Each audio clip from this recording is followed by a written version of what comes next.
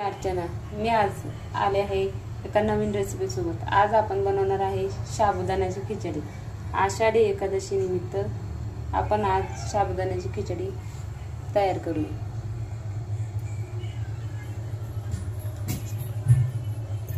हे बघा, सर्वप्रथम मी इथे शेंगदाणे घेतलेले आहे वाटीभर, 7-8 मिरच्या घेतलेल्या आहे आणि काही मिरची खुडून घेतलेली आहे, जेणेकरून खिचडीला मस्त टेस्ट येते। आणि थोडंसं शेंगदाण्याचं कूट करून घेतलेलं आहे। आता आपण हे शेंगदाणे अजून थोडेसे मिक्सरमधून काढून घेऊया।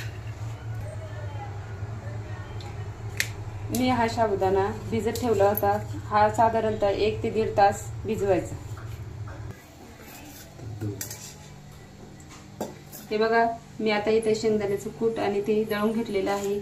चला तर आता आपण सुरुवात करूया।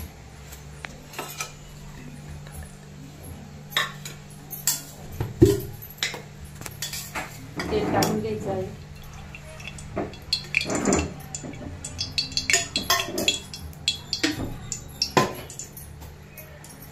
त्यानंतर इथं मिरची बारीक करून ठेवलेली होती, ती मिरची टाकूया।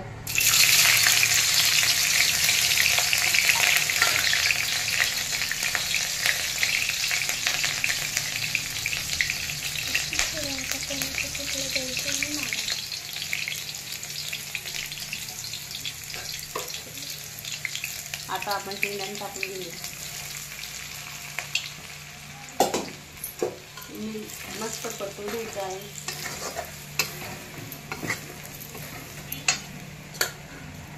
त्यानंतर साबुदाणा सोडायचा आहे।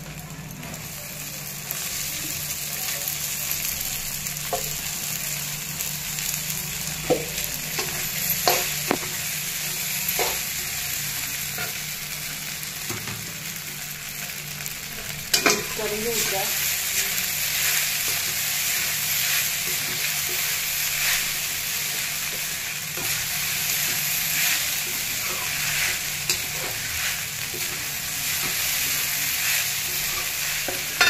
त्यानंतर चवीनुसार मीठ,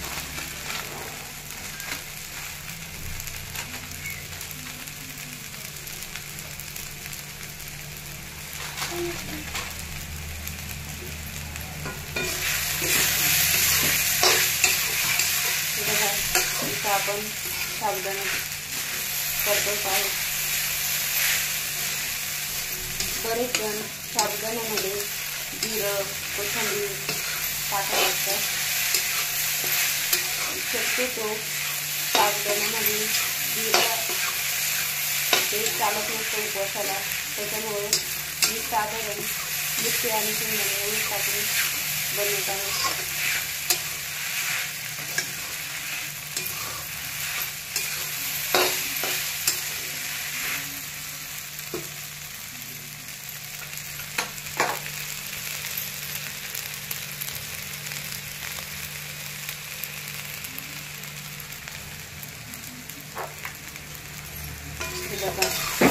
साबुदाणा मस्त परतत आलेला आहे। तोपर्यंत आपण इथं साबुदाण्यासाठी लागणारी आमटी, जेणेकरून साबुदाणा एकदम छान लागतो आमटी टाकून खाल्ल्यामुळे, त्याची तयारी आपण इथे करूया।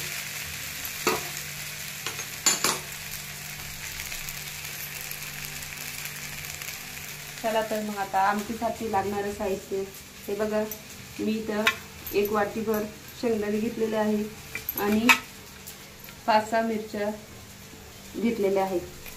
हे दोन्ही इथं मिक्सर मधून काढून घ्यायचे आहेत।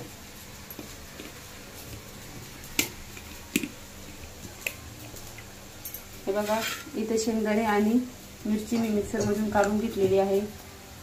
चला तर आता आमटीला फोडणी देऊन घेऊया। आपला साबुदाणा परतत आलेला आहे। आता आपण आमटीला फोडणी देऊन घेऊया।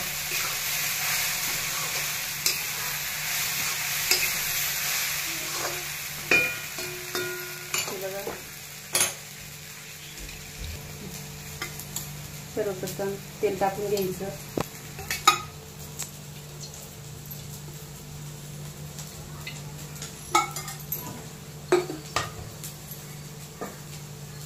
थोडं थोडंसं तापवून घ्यायचं.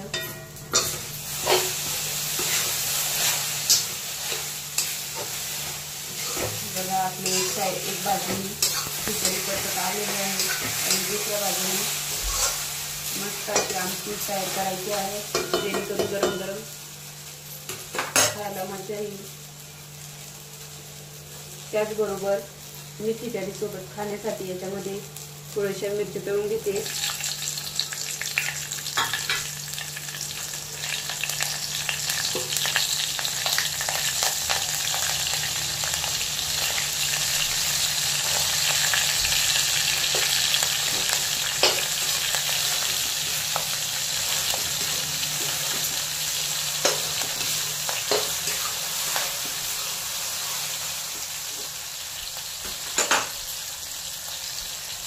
हे बघा मिरची मस्त तळून झालेली आहे.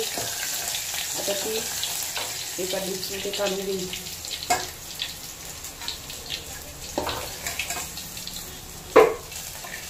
हे बघा मिरची परतून झालेली आहे. आता आपण इथं आमटीचं हे जे मी मिक्सरमधून काढून घेतलं होतं शेंगदाण्याचं कूट आणि ते आमटीला फोडणी देऊया.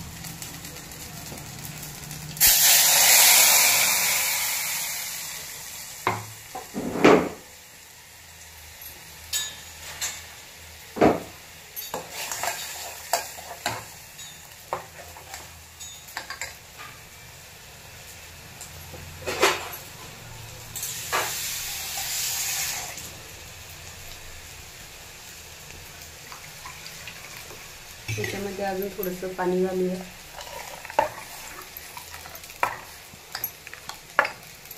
मी साधारणतः ही खिचडी 1-2 माणसासाठी तयार केलेली आहे.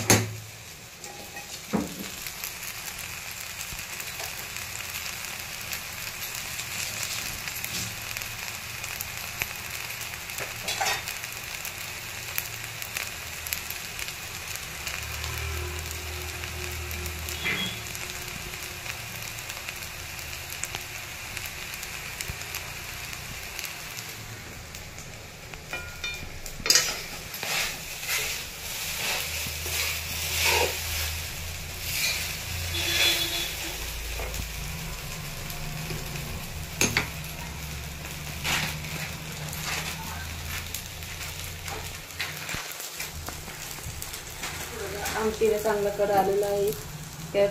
त्याचबरोबर आपण त्याच्यामध्ये चवीनुसार मीठ टाकूया. मिक्स करून घ्यायचे.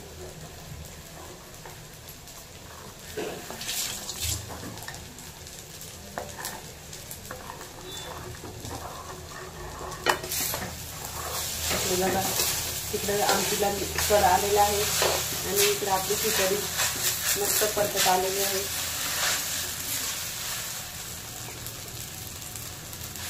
मस्त मोकळी परतून घेऊया.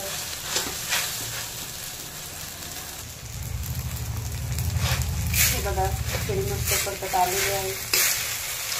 साधारणतः बरेच जण खिचडीवर दुधाचा चटका पण मारतात, जेणेकरून खिचडी नरम होते आणि वयस्कर माणसांना खाण्यासाठी सोयीची राहते.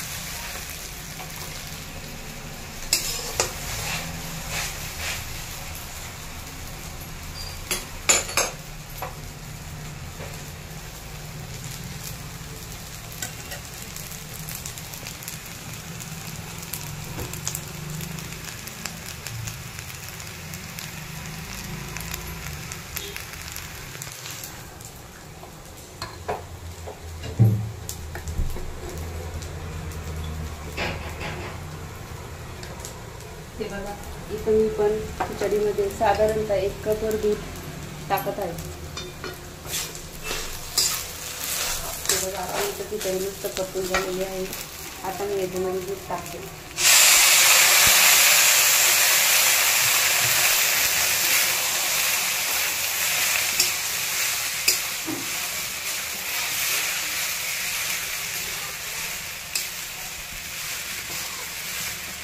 मस्त अशी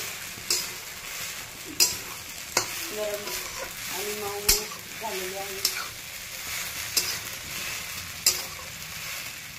थोडीशी शिजवून घेतल्यामुळे पोटाला त्रास पण होत नाही.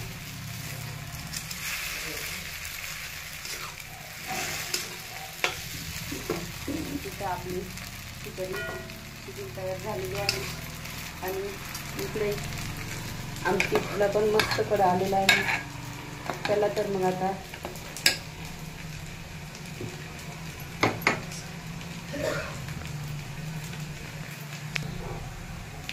आता आपण खिचडीचा मस्त स्वाद घेऊ.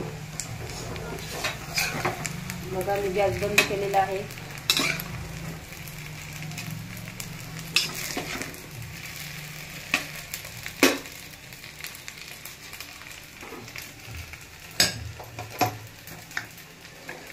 एका वाटीमध्ये आमटी काढून घेऊया.